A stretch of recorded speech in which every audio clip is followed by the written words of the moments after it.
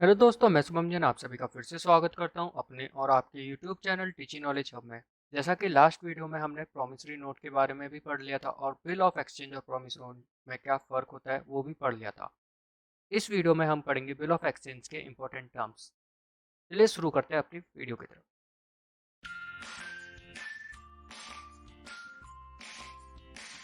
लिख लेते हैं पहले इंपॉर्टेंट टर्म्स आज हम करने वाले हैं।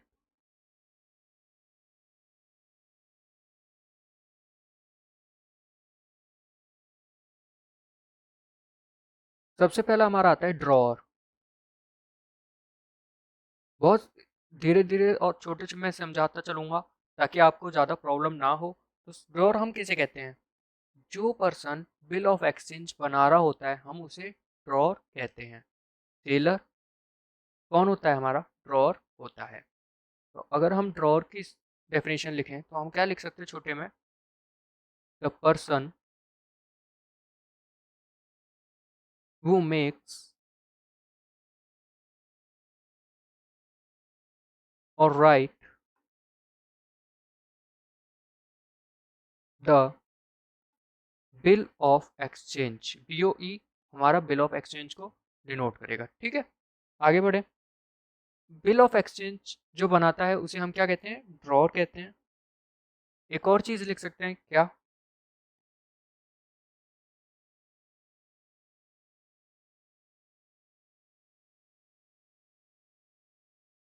क्या लिख सकते हैं? क्रेडिटर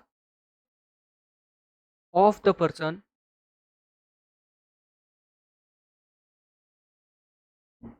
on whom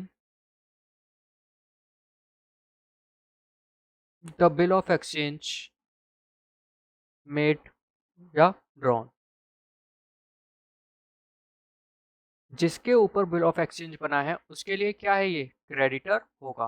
जैसे कि बायर के लिए ड्रॉर क्या होगा? क्रेडिटर होगा। इसलिए हमने यहाँ पे क्या लिखा है?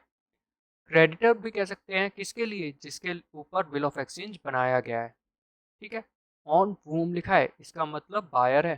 ठीक है, ये हमारी डेफिनेशन ड्रॉर की समझ में आ जाती है कि ड्रॉर कौन होता है। सेकंड आता है ड्रॉई।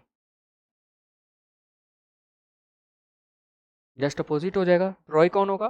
Person on whom, person on whom bill of exchange is drawn.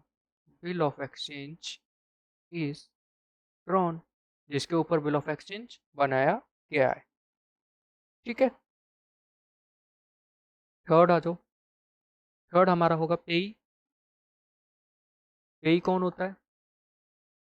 Person named in bill of exchange to whom the amount is payable. जिस पर्सन को हमें अमाउंट पे करना होता है। तो हम क्या लिख सकते हैं इधर? Person named in bill of exchange to whom the amount is payable।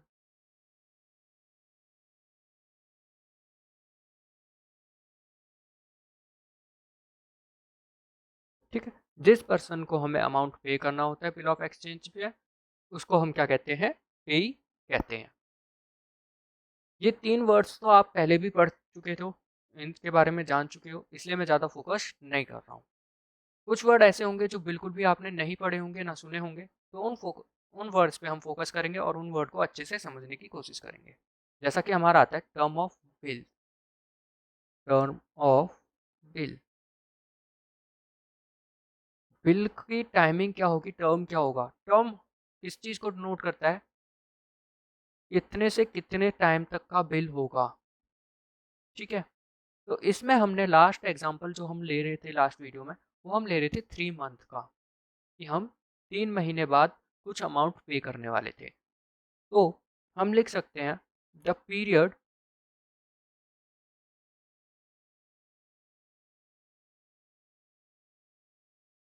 इंटरवाइनिंग between the date on which a bill is drawn and date on which it becomes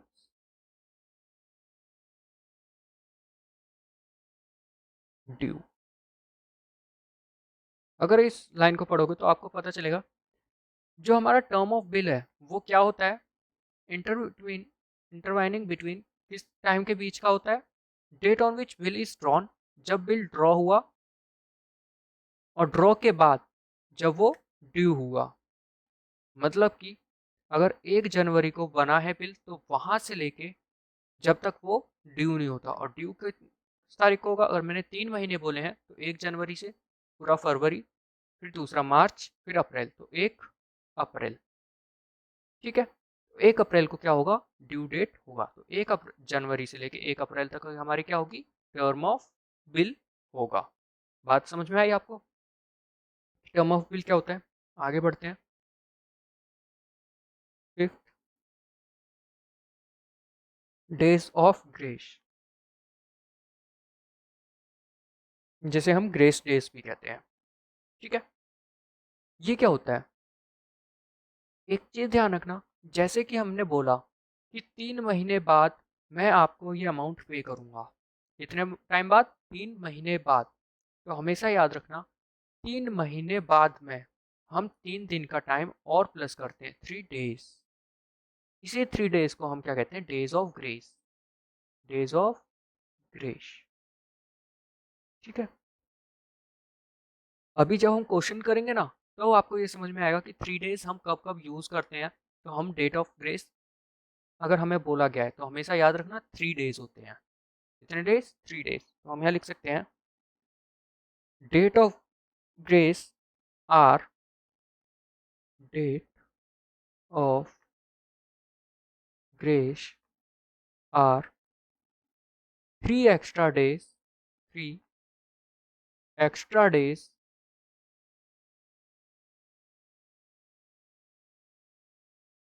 added to the period of bill। ठीक है, क्या है, 3 extra दिन कब हम जोड़ देते, किसमें, पीरियड ऑफ बिल्स में। जो हमारा 3 मंथ्स था उसमें हमने कितना जोड़ दिया, 3 डेज और जोड़ दिया, और जो 3 डेज जोड़ा है उसे हम क्या कहते हैं, डेज ऑफ ग्रेस कहते हैं।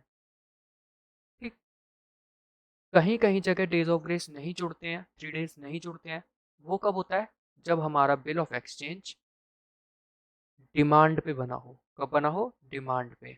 अब डिमांड क्या होता है उसके बारे में भी पढ़ेंगे, अभी पहले और टर्म पढ़ते हैं। ठीक है, तो एक पांचवी चीज हमारी कौन सी पेंडिंग हो गई, demand, bill of exchange on demand. ठीक है, बढ़े आगे।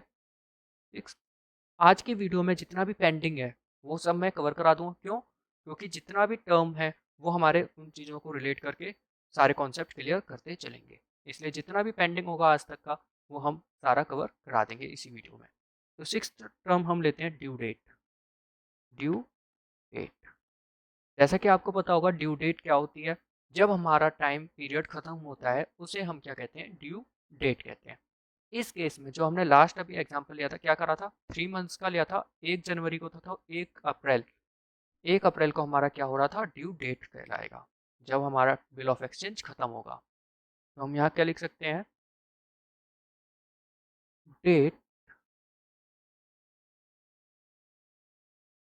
Date on which the payment of bill is due. जब हमारी पेमेंट ड्यू हो जाए उसे हम क्या कहते हैं, ड्यू डेट कहते हैं। एक समझ में आ गया। 7, maturity date.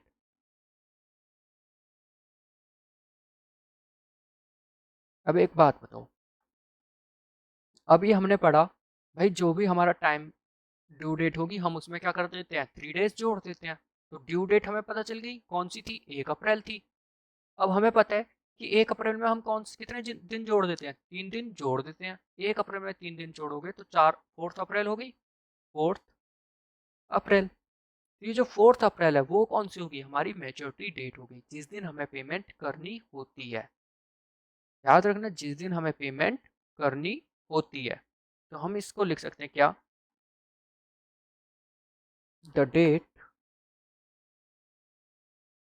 Which come after adding 3 days to the due date of a bill। जो भी हमारी बिल की ड्यू डेट होगी उसमें हम 3 दिन जोड़ देंगे, उसे हम क्या कहते हैं, मैच्योरिटी डेट कहते हैं। ठीक है, एक एग्जांपल लोगे तो कैसा बन सकता है एक एग्जांपल। अगर मैंने बिल ऑफ एक्सचेंज ड्रॉ करा है 1 अप्रैल को,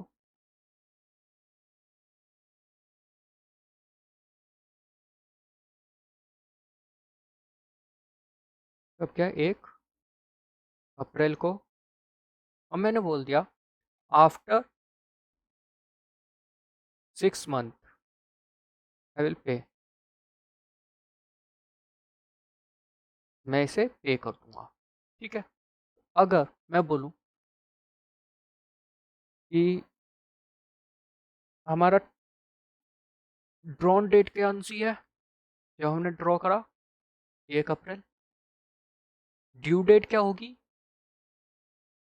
ड्यू डेट होगी हमारी, जो टर्म है, हमारा टर्म कितने का है, टर्म ऑफ बिल 6 महीने का है, 6 महीने के बाद की, तो अप्रैल, मई, जून, जुलाई, अगस्त, सितंबर, अक्टूबर। इसका मतलब 1 अक्टूबर हमारी क्या होगी, ड्यू डेट होगी। लेकिन मैच्योरिटी डेट, जब हमें पेमेंट करनी होगी, वो कौन सी होगी, वो होगी 4 अक्टूबर।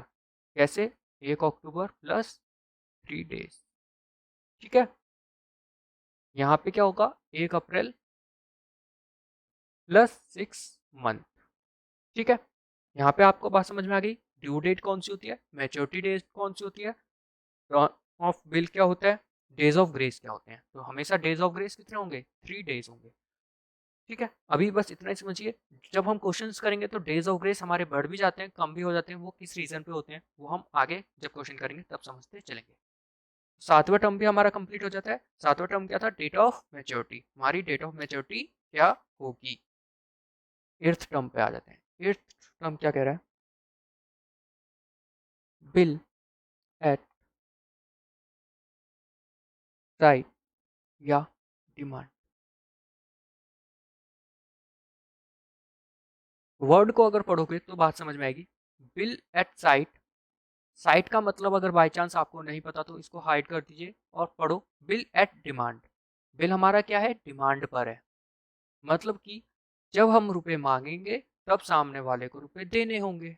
बात समझ में आई, जब हम रुपए मांगेंगे तब सामने वाले को रुपए देने होंगे। एक एग्जाम्पल सबसे बेस्ट इसका होता है हमारा check.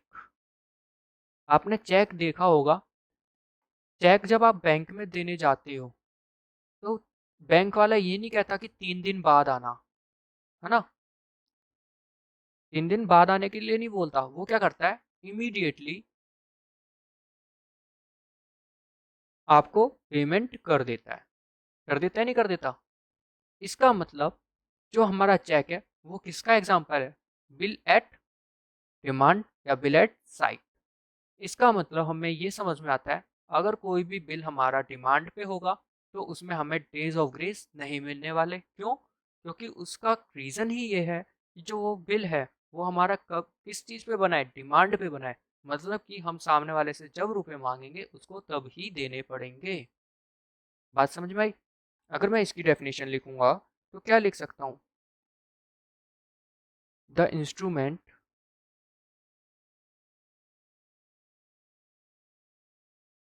in which no time for payment is mentioned।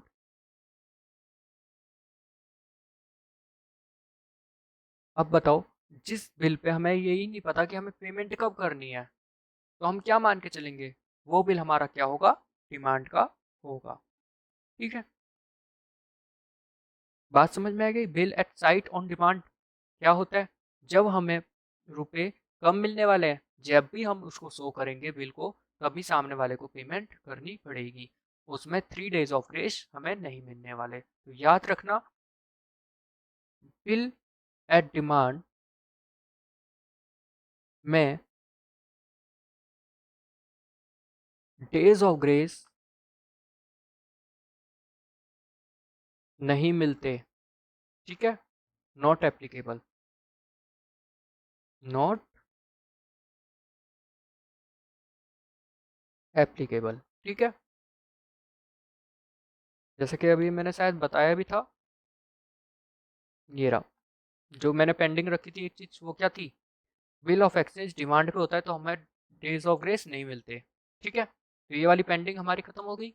अब बची हैं जो पुरानी वीडियोस की पेंडिंग थी, वो भी धीरे धीरे हमारी खत्म होती चलेंगी। अब आ जाएंगे 9th, बिल आफ्टर साइट या फिर आफ्टर डेट।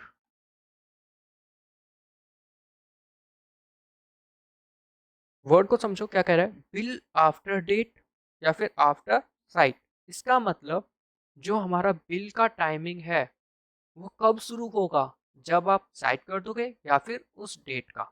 अब ये जो डेट होगी वो क्या होगी और साइट का मतलब क्या होगा वो समझते हैं। तो यहाँ पे साइट का मतलब है जब बायर बिल ऑफ एक्सचेंज को साइन कर देगा अपने, और या फिर एक्सेप्ट कर लेगा उस बिल को। समझ में आया। बिल आफ्टर साइट कब होगा, जब बायर बिल ऑफ एक्सचेंज पर सिग्नेचर कर देगा अपनी, और अपनी एक्सेप्टेंस दे देगा, तब हमारा जो बिल होगा बिल आफ्टर साइट कहलाएगा। बिल आफ्टर डेट क्या होगा, बिल आफ्टर डेट में होगा जब शेलर ने या फिर हम कहें ड्रॉअर ने बिल बना दिया, जिस दिन बिल बनाया होगा, ड्रॉ किया होगा। ठीक है, उस टाइम से हमारा बिल शुरू हो जाएगा।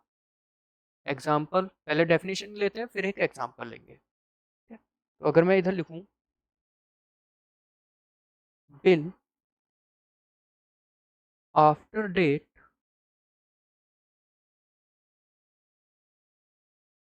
is the bill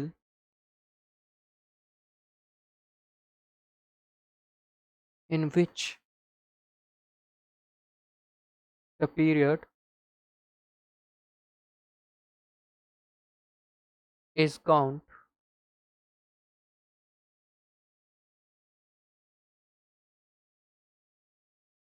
from date of drawing of the bill। मैंने क्या कहा था अभी, ड्रॉअर बिल जब बना देगा उस दिन से हमारा टाइम शुरू हो जाएगा। ठीक है, कब, जब आफ्टर डेट होगा। तो यहाँ पे मैंने क्या लिखा है, bill after date is a bill in which the period is counted from, कब से, जब से बिल ऑफ एक्सचेंज बन गया तब से हमारा टाइम शुरू हो जाएगा। बात समझ में आ गई। पहला तो ये हो गया। दूसरा हमारा क्या है, बिल आफ्टर राइट, ये कौन सा होता है, the period is counted from the date of acceptance of the bill. जब बिल को एक्सेप्टेंस मिल जाएगी, मतलब कि जिसके लिए बिल बनाया गया है, बायर के लिए बिल बनाया गया है, बायर क्या दे देगा, अपनी साइन कर देगा और एक्सेप्टेंस दे देगा, तब से वो पीरियड शुरू हो जाएगा। एक एग्जाम्पल लो तो ज़्यादा बेस्ट तरीके से समझ में आएगा। एग्जाम्पल कैसे? Golu makes bill on laddu on 1 April and pay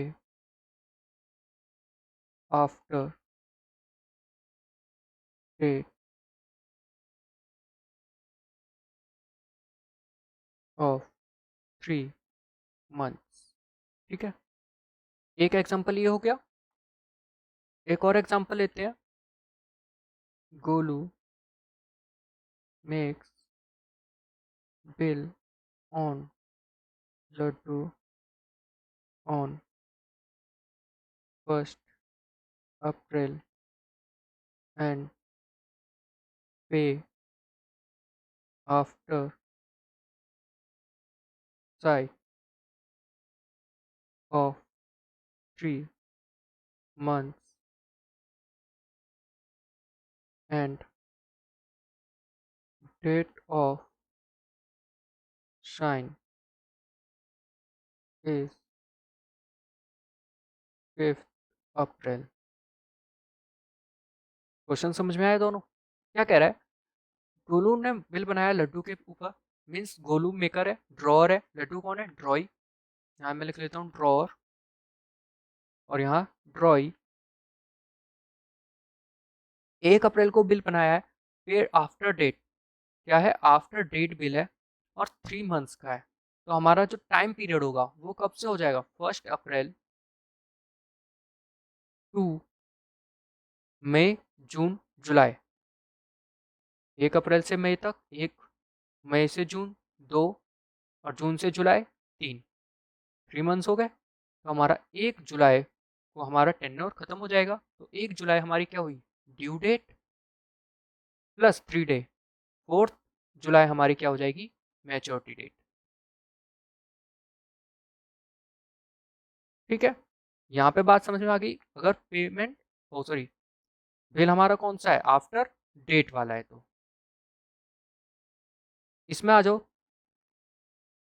तो क्या कह रहा है गोलू? क्या है हमारा? काम करते हैं, दोनों को आमने सामने रखते हैं तो जल्दी समझ में आ जाएगा। गोलू क्या है? ड्रॉअर है। बिल किसके ऊपर बना है? लड्डू के ऊपर। ड्रॉई कब बनाए? 1 अप्रैल को बनाए। आफ्टर साइट है, मतलब कि जिस दिन लड्डू इसको साइन कर देगा, एक्सेप्ट कर देगा, उस दिन से टाइम पीरियड शुरू हो जाएगा। और साइन कब करें? इसने 5 अप्रैल को। इसका मतलब 5 अप्रैल से हमारा टाइम शुरू होगा, और टाइम कब तक चलेगा? 5 जुलाई तक। तो ये हमारी क्या हो जाएगी? Due date. और 5 3 8, 8 जुलाई क्या हो जाएगी हमारी? Maturity date. बात समझ में आ गई? आफ्टर साइट और आफ्टर डेट में क्या फ़र्क होता है? जब हमारा बिल आफ्टर डेट होता है तो हमारा जिस दिन बिल बन गया उस दिन से टाइम शुरू हो जाता है। और आफ्टर साइट होता है तो साइट से आप याद रख सकते हो साइन। आफ्टर साइन, साइन के बाद से हमारा टाइम शुरू हो जाएगा। ठीक है, आगे बढ़े। हमने कौन सा कर लिया था? 9 कर लिया था। 10 पे आ जाते हैं।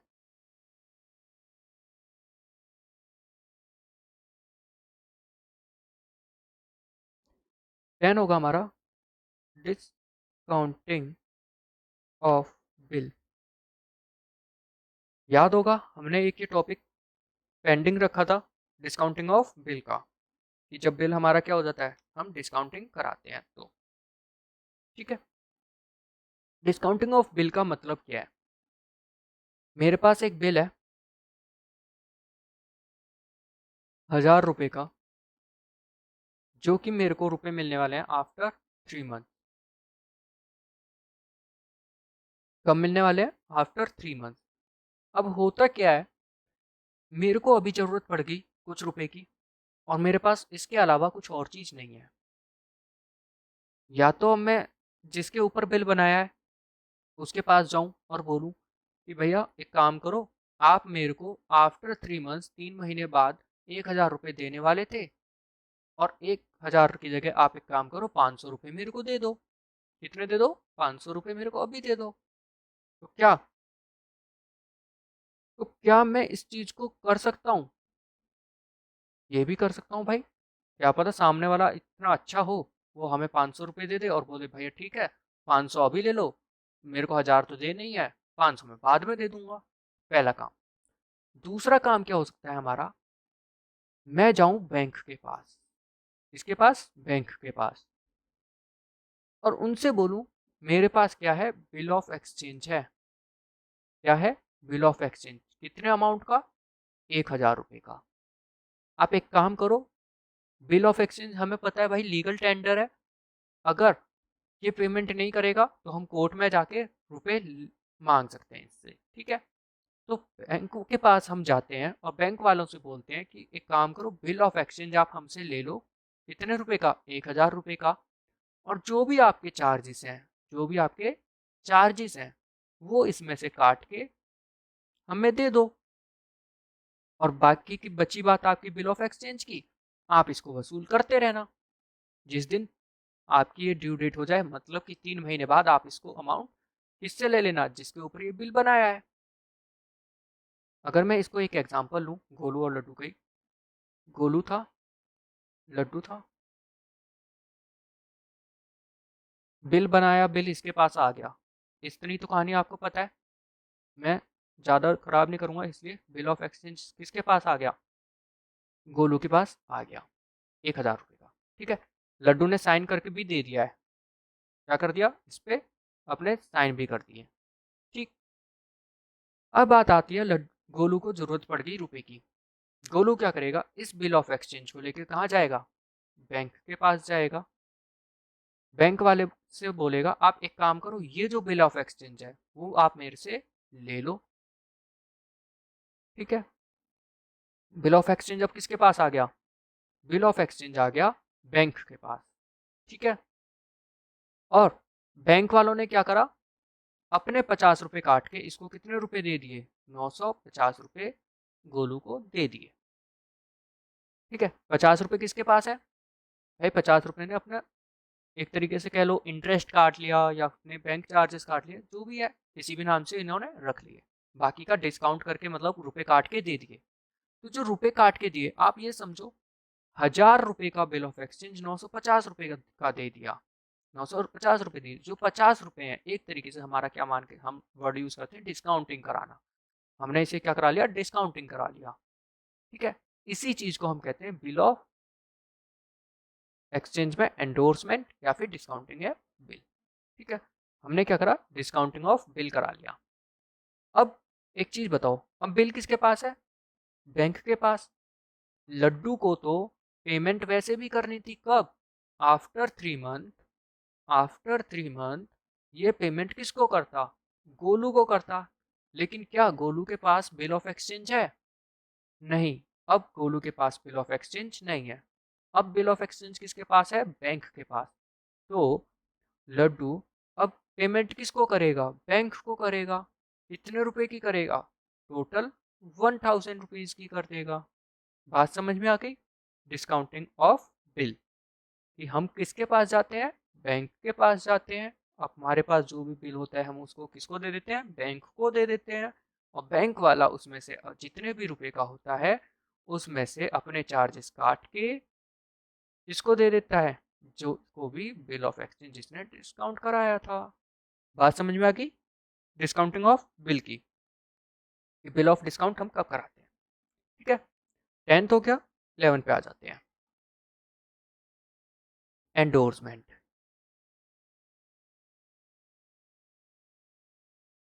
एंडोर्समेंट का मतलब होता है, जैसा कि बिल डिस्काउंटिंग ऑफ बिल में हम किसको बिल दे रहे थे? हम बिल दे रहे थे बैंक के। क्या हमें बैंक को जरूरत थी इस रुपए की? नहीं। जरूरत किसको थी? हमको जरूरत थी इस रुपए की, इसलिए हमने डिस्काउंटिंग करा लिया बैंक से। एंडोर्समेंट में क्या होता है? मान के चलो एग्जाम्पल लेंगे गोलू लड्डू वाले। ठीक है। बिल ऑफ एक्सचेंज है गोलू के पास। किसके पास? गोलू के पास बिल ऑफ एक्सचेंज है। कितने रुपए का है? 1000 रुपीज का। और साइन इसने लड्डू से करा लिया। ठीक है। अब होता क्या है, एक मान के चलो शाम है, ठीक है, ये जाता है गोलू के पास और बोलता है भैया आप ना मेरे से पहले रुपए ले चुके थे, आपके पास मेरे 2000 रुपये पड़े हैं। कितने रुपए पड़े हैं? 2000 रुपये पड़े हैं। किसके पास? मैं यहाँ लिखता हूँ ₹2000 श्याम के किसको देने थे? गोलू को। मतलब कि जैसे लड्डू को रुपए देने हैं गोलू को, उसी तरीके से गोलू को रुपए देने हैं श्याम को। बात समझ में आई? लड्डू रुपए देगा किसको? गोलू को। और गोलू रुपए देगा श्याम को। इस कंडीशन में गोलू फंसा पड़ा है। अब गोलू क्या कहता है कि मेरे पास बिल ऑफ एक्सचेंज है 1000 रुपये का। एक काम करो, मेरे पास रुपए तो है नहीं, आप ये काम करो, ये बिल ऑफ एक्सचेंज आप ले लो। बात समझ में आई? हमने इसके ऊपर वाले में क्या करा था? बैंक को देके उनसे रुपए लिए थे। बैंक को देके उनसे रुपए लिए थे, तो इसे हम कहते हैं डिस्काउंटिंग ऑफ बिल। और यहाँ पे हम क्या कर रहे हैं? बिल ऑफ एक्सचेंज हम अपने क्रेडिटर को दे रहे हैं ऐसा अपनी उधारी चुकाने के लिए। ठीक है, बात समझ में आई?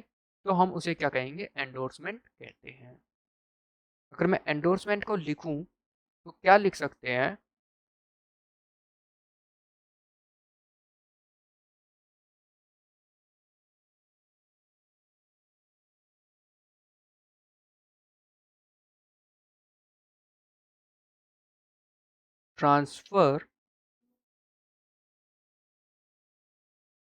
Transfer of bill of exchange और प्रॉमिसरी नोट, पूरा नहीं लिख रहा, इधर छोटे में लिख लेता हूँ, promissory note to another person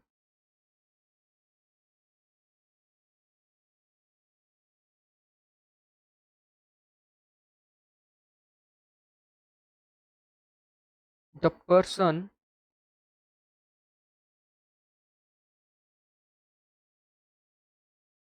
receiving the bill of exchange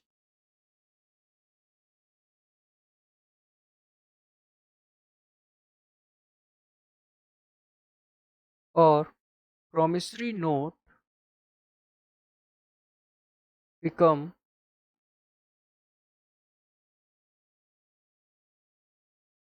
authorized to receive the payment।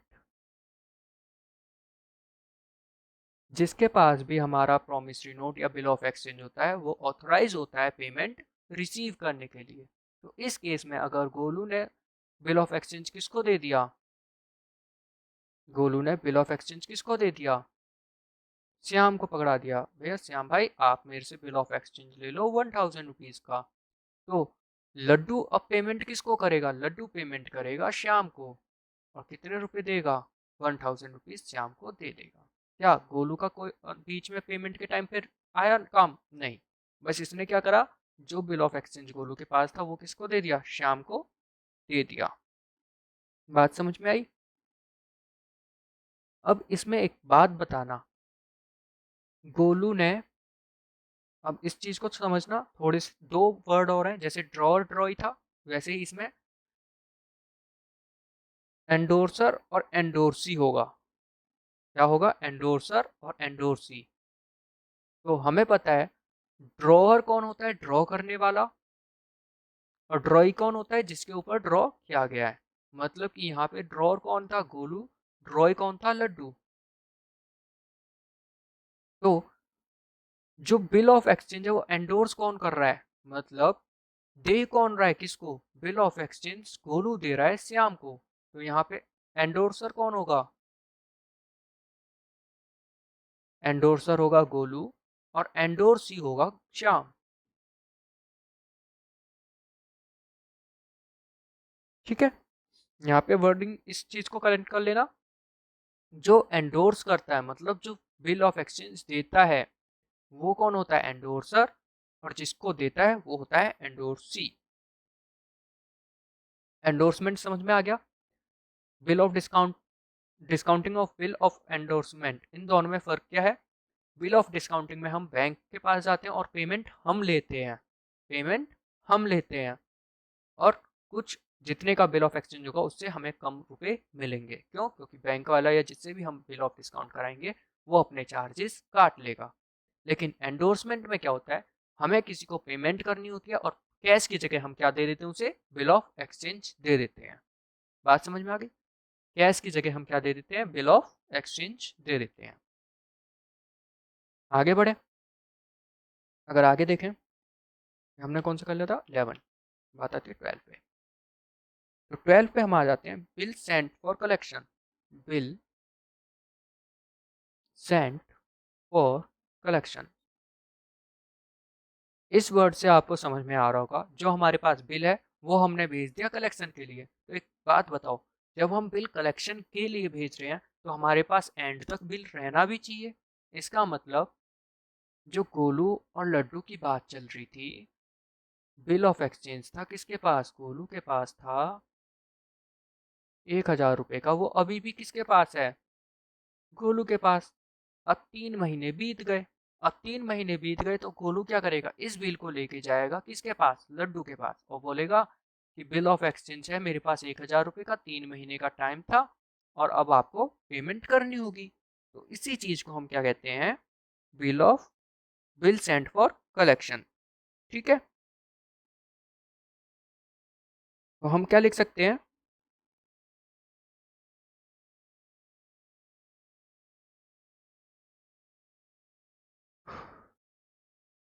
हम लिख सकते हैं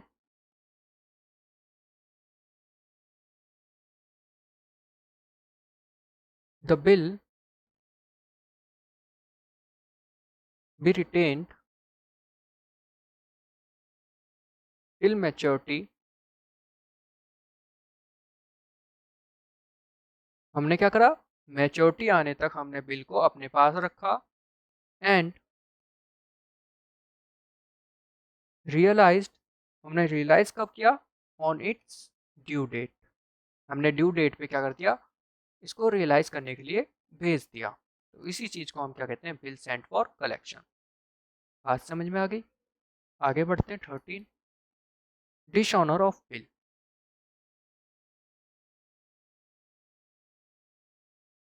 अब ऐसा तो है नहीं कि आप किसी बंदे के पास रुपए लेके, मतलब बिल ऑफ एक्सचेंज लेके गए और वो बंदा इतना अच्छा निकले कि भैया पेमेंट भी कर दे। कुछ बंदे ऐसे भी होते हैं जो पेमेंट नहीं करते। मान के चलो इस टाइम पे लड्डू ने पेमेंट नहीं की, कब नहीं की, 3 महीने बाद पेमेंट नहीं की, और वो बोल देता भैया मेरे पास तो रुपए है ही नहीं, मैं तो कंगाल हूँ, मेरा तो दिवालिया निकल चुका है। तो इस टाइम पे हमारा जो ये जो बिल है वो क्या होता है, डिसऑनर। डिसऑनर का मतलब होता है कि सामने वाले ने ऑनेस्टी नहीं दिखाई। अभी इसी से समझो, ठीक है? तो जब कब होगा, जब सामने वाला अपनी ऑनेस्टी नहीं दिखाएगा, मतलब ऑनेस्टी ना दिखाने का मतलब पेमेंट नहीं देगा। तो मैं क्या लिख सकता हूँ, the bill is not paid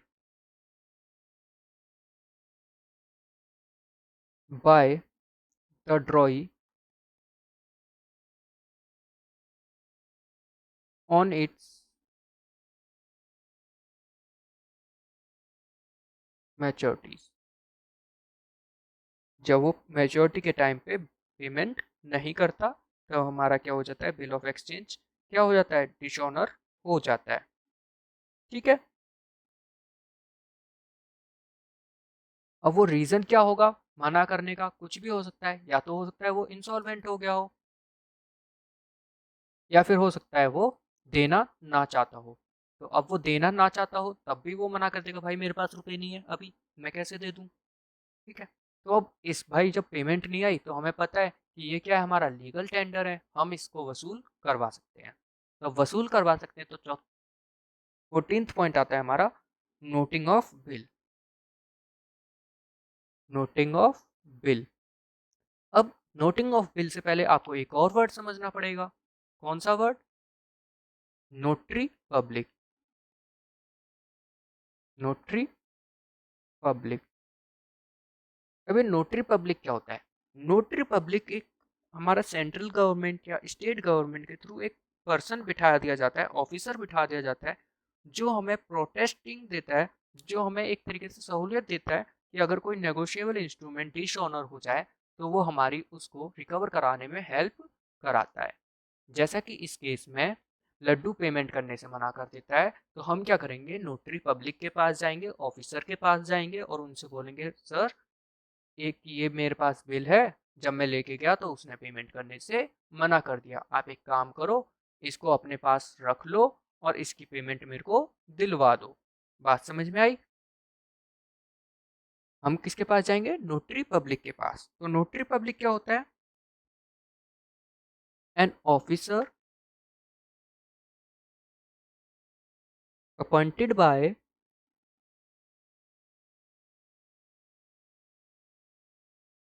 central government, central या स्टेट गवर्नमेंट एक साथ लिख लेते हैं, to exercise the power and function relating to noting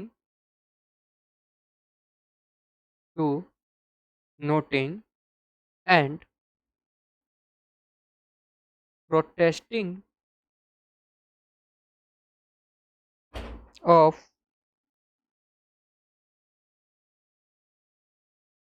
negotiable instrument for dishonor।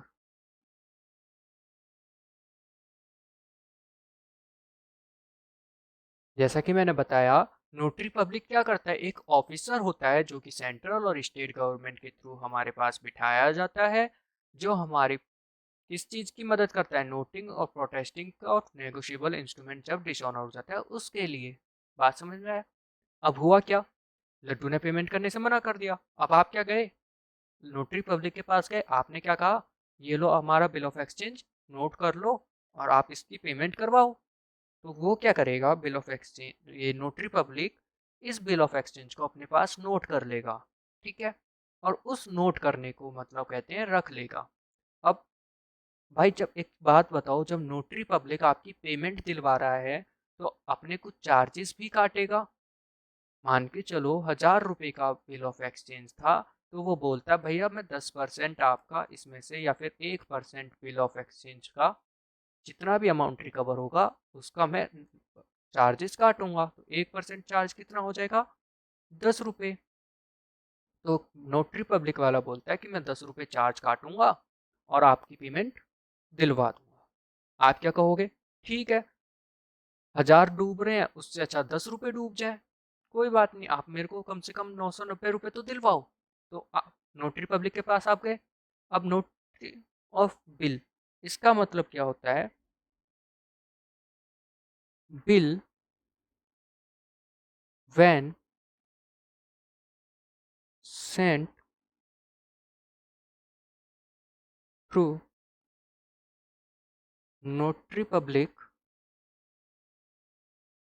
and is discharged dishonored।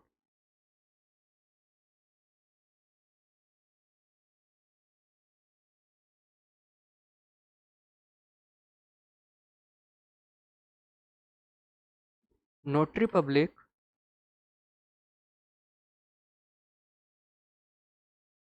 makes a notice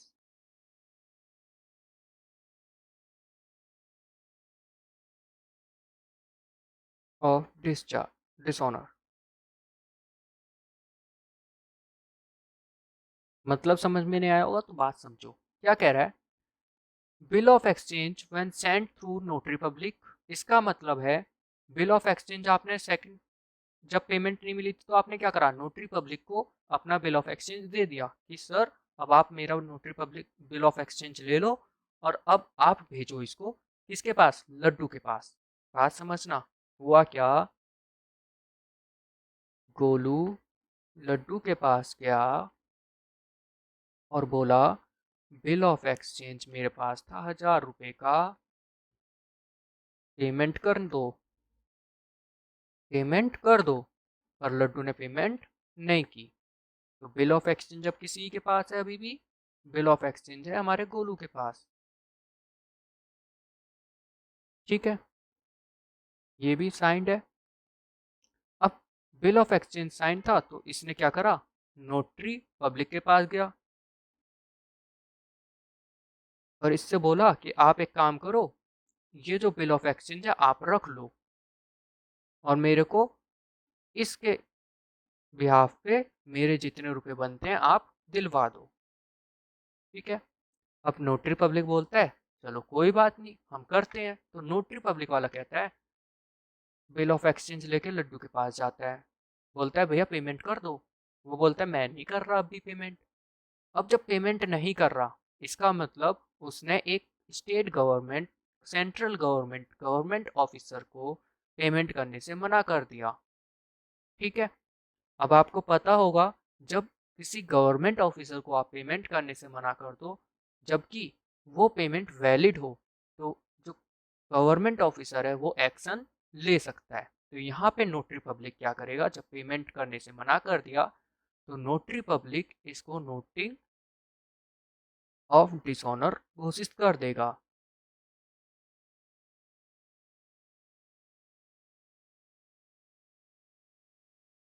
इस बिल को क्या कर देगा, नोटिंग ऑफ डिसऑनर, मतलब कि नोटरी पब्लिक ने भी भेजा और सामने वाले पर्सन ने पेमेंट नहीं की। जब आपका नोटिंग ऑफ डिसऑनर घोषित हो जाएगा किसके through, bill of notary public के थ्रू, तो आप इसको कोर्ट में या फिर पुलिस स्टेशन में आप इसको फाइल करवा के इसके ऊपर केस फाइल कर सकते हो। बात समझ में आ गई? तो नोटिंग ऑफ बिल कब होगा, जब नोटरी पब्लिक उस बिल को ड्रॉई के पास भेजेगा और ड्रॉई फिर भी मना कर देगा पेमेंट करने के लिए, तब हमारा क्या हो जाता है, नोटिंग ऑफ डिसऑनर। अगर मैं इसको पढ़ूं तो क्या कह रहा है, an officer appoint by central government, ठीक है, to exercise the power of function to reading the noting protesting of negotiable instrument for dishonour. Dishonour होने पे जो हमारी मदद करता है उसे हम क्या कहते हैं, नोटरी पब्लिक। और नोटिंग ऑफ बिल को क्या कहेंगे, bill when Saint through notary public. Notary public के थ्रू हमने बिल किसको भेजा, ड्रॉय को भेजा, एंड इज डिसऑनर्ड, और क्या हो गया, डिसऑनर हो गया। मतलब कि जब नोटरी पब्लिक ने बिल किसको भेजा, लड्डू को भेजा, और लड्डू ने पेमेंट करने से मना कर दिया। बात समझ में आई?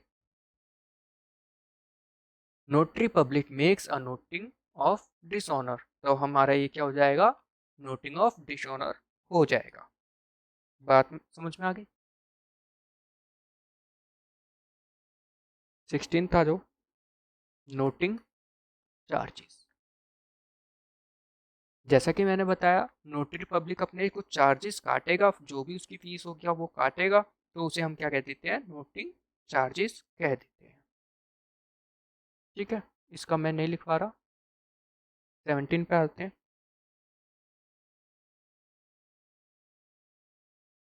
Renewal of bill.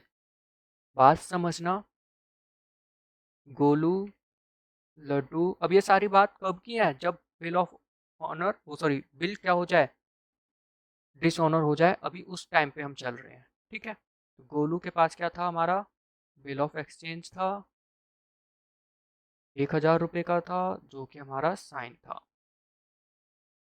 ठीक है, अब होता क्या है, गोलू लेके जाता है बिल ऑफ एक्सचेंज किसके पास, लड्डू के पास, और लड्डू से बोलता है भैया आज आपकी पेमेंट की डेट हो गई, आप मेरे को 1000 रुपये दे दो। अब लड्डू बोलता है भाई तू तो यार मेरा दोस्त है, बहुत अच्छा सखा है, मित्र है, लेकिन अब भाई मेरे पास तो 1000 रुपये है नहीं। गोलू बोलता है भाई ये तो गलत बात है, आज तो डेट हो गई, 1000 रुपये तो तेरे को देने पड़ेंगे। और लड्डू बोलता है भाई मेरी हालत बहुत बुरी चल रही है, मेरा यहाँ खर्चा हो गया, वहाँ खर्चा हो गया, मैं आज पेमेंट नहीं कर पाऊंगा। क्या कहता है, मैं आज पेमेंट नहीं कर पाऊंगा। तो गोलू बोलता है चल ठीक है, तू आज पेमेंट ना कर, बता कब तक कर सकता है। तो ये जो बिल ऑफ एक्सचेंज हम मान के चलते 3 महीने का था, लड्डू बोलता है एक काम कर, 1 अप्रैल मान के चलते बिल बना था, अप्रैल मई जून जुलाई, 1 जुलाई को पहुंचा। अब 1 जुलाई को लड्डू कहता है भाई मैं आज तो पेमेंट नहीं कर पाऊंगा, 6 महीने बाद मैं पेमेंट कर दूंगा, 6 महीने बाद मैं पेमेंट कर दूंगा। गोलू बोलता पक्का? बोलता है ठीक है हाँ। तो गोलू बोलेगा चल ठीक है, तो एक काम करते हैं, मैं क्या करता हूँ इस वाले बिल ऑफ एक्सचेंज को क्या करता हूँ, कैंसिल कर देता हूँ। क्या कर देता हूँ? कैंसिल। ठीक है। और इसकी जगह क्या बनाते हैं, नया बिल ऑफ एक्सचेंज बना लेते हैं। ठीक है। क्या बनाते हैं, नया बिल ऑफ एक्सचेंज बनाते हैं, जो कि क्या होगा, 1,000 रुपये का होगा। और कितने महीने का, 6th मंथ का होगा। कब बनाएंगे, 1 जुलाई को बनाएंगे। बात समझ में आ गई। रिन्यूअल ऑफ बिल, किसी पुराने बिल की जगह, ओल्ड बिल की जगह हम क्या बना रहे हैं, नया बिल बना रहे हैं। ठीक है। तो हम उसे क्या कहते हैं, रिन्यूअल ऑफ बिल। अब इसमें एक चीज और आती है। बात क्या आएगी, गोलू बोलेगा कि भाई तेरे को पेमेंट 1,000 रुपये करनी थी 3 महीने में, अब तू बोला है कि मैं 1,000 ही पेमेंट करूंगा 6 महीने बाद भी, तो ऐसा थोड़ी ना होगा भाई, कुछ तो मेरे को भी फायदा होना चाहिए। तो वो बोलता है 1,000, चल 1,000 मत लियो, कितना ले लियो, 100 रुपये इंटरेस्ट के भी ले लियो। अब या तो वो 100 रुपये इन कैश कैश में दे दे कि भैया 100 रुपये कैश में दे दिए, 1,000 क्या बनवा दिया, बिल ऑफ एक्सचेंज बनवा दिया। या फिर हो सकता है टोटल अमाउंट का बिल ऑफ एक्सचेंज बना दे। तो टोटल अमाउंट का अगर बिल ऑफ एक्सचेंज बनाएगा तो यहाँ पे कितने अमाउंट का बिल ऑफ एक्सचेंज बनेगा, 1,100 रुपये का बिल ऑफ एक्सचेंज बनेगा। याद रखना, अगर इंटरेस्ट वो कैश में पे कर रहा है तो केवल हमारा उतने का ही बिल ऑफ एक्सचेंज बनेगा जितने का पुराना था।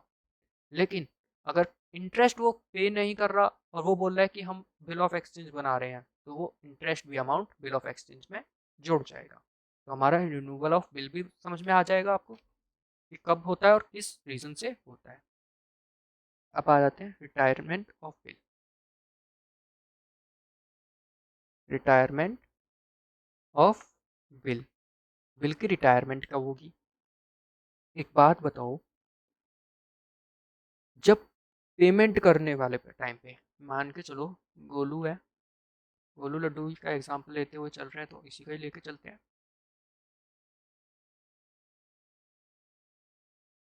बिल ऑफ एक्सचेंज था 1,000 रुपये का, बिल था हमारा साइन था, 3 महीने का था, और बनाया कब था, 1 अप्रैल को बनाया था।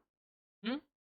हुआ क्या, अगर हमारा ये 3 महीने तक गोलू रुकता है और 3 महीने बाद गोलू लड्डू पेमेंट कर देता है, तो हमारा ये कौन सा टाइम हो जाएगा, बिल सेंट फॉर कलेक्शन। जब मैच्योरिटी डेट आती है तब हम रिलीज करते हैं अपने बिल ऑफ एक्सचेंज को, किसके लिए, पेमेंट कलेक्ट करने के लिए। तो हमारा वो कौन सा ऑप्शन था, बिल सेंट फॉर कलेक्शन। यहाँ पे क्या आ रहा है, रिटायरमेंट ऑफ बिल, मतलब कि हम बिल को क्या कर रहे हैं, रिटायर कर रहे हैं, खत्म कर रहे हैं। और यहाँ पे नया बिल बनाने की बात नहीं हो रही, बिल को खत्म करने की बात हो रही है। तो बिल को खत्म कब कर सकते हैं हम, या तो 3 महीने से पहले, बिफोर 3 मंथ्स। ठीक है। आप 3 महीने पहले पहले ही तो खत्म कर सकते हो, अगर 3 महीने बीत गए तब तो वो बिल सेंट फॉर कलेक्शन में आ जाएगा। रिटायरमेंट के लिए कब आएगा, जब आप उसको बोलो कि मैं पेमेंट आपको कब कर रहा हूँ, बिफोर 3 मंथ्स पेमेंट कर दे, बिफोर 3 मंथ्स पेमेंट रिसीव्ड। जब हमें लड्डू से पेमेंट 3 महीने से पहले पहले आ जाए। अब एक बात बताना, 1,000 रुपये वो 3 महीने बाद देता, 3 महीने बाद देता। लड्डू बोलता है भाई एक काम कर, 1 महीना बीत गया, कितने महीने, 1 महीना बीत गया, मेरे से 1,000 रुपये तू अभी ले ले, 1,000 रुपये तू अभी ले ले, जिससे मैं भी टेंशन फ्री हो जाऊंगा, तू भी टेंशन फ्री हो जाएगा, बिल ऑफ एक्सचेंज को खत्म कर दे। बात समझ में आ गई। गोलू बोलेगा अच्छी बात है, जो रुपए मेरे पास 3 महीने बाद आने वाले थे वो अभी आ जाएंगे। ठीक है। तो वो क्या करेगा, इसको एक्सेप्ट कर लेगा और बिल ऑफ एक्सचेंज कैंसिल कर देगा। पहला केस तो ये होगा। दूसरा केस, अगर लड्डू थोड़ा दिमागदार होगा, लड्डू अगर थोड़ा दिमागदार होगा, तो लड्डू क्या बोलेगा, बिल ऑफ एक्सचेंज है हमारा 1,000 रुपये का और 3 महीने का बिल है, 1 महीने बाद वो बोलता है लड्डू की 1,000 रुपये तू ले ले।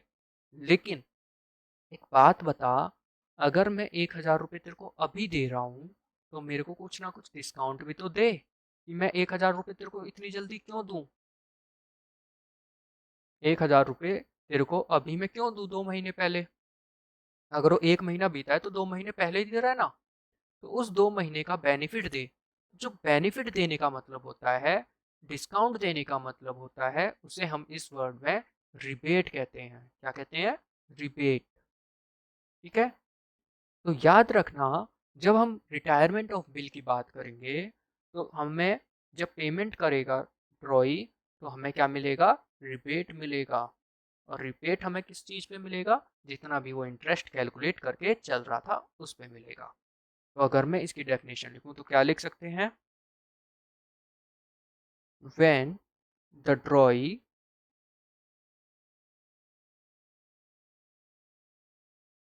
pays the bill before its due date से पहले जब हमारा ड्रॉई पेमेंट कर दे, it is called retirement of bill. ROB। अब जब रिटायरमेंट ऑफ बिल हो गया तो हमारा द होल्डर, मतलब जो ड्रॉर है, तो हम लिख सकते हैं द ड्रॉर, या फिर हम इधर लिखेंगे holder allow him a rebate of certain amount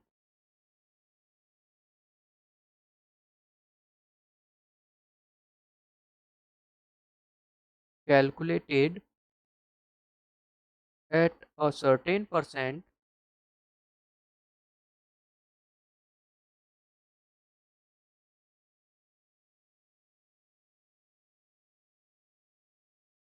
per annum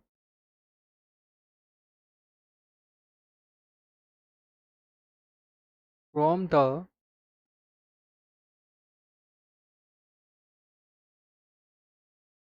retirement to the date of maturity।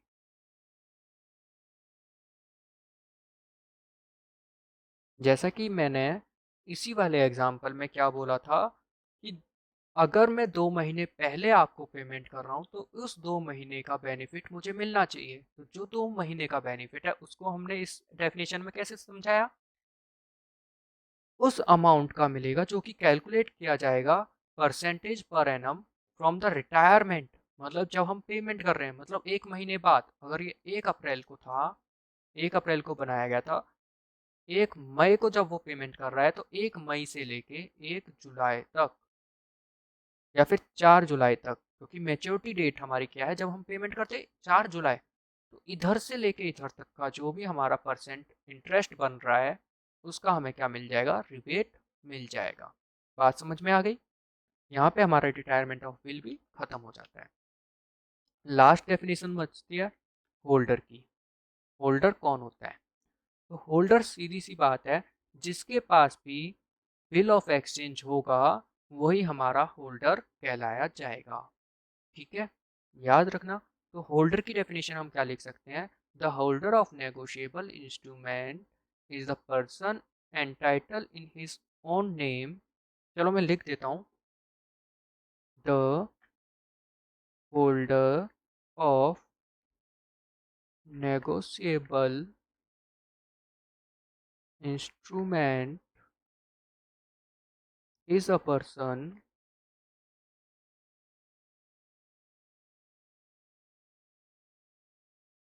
entitled in his own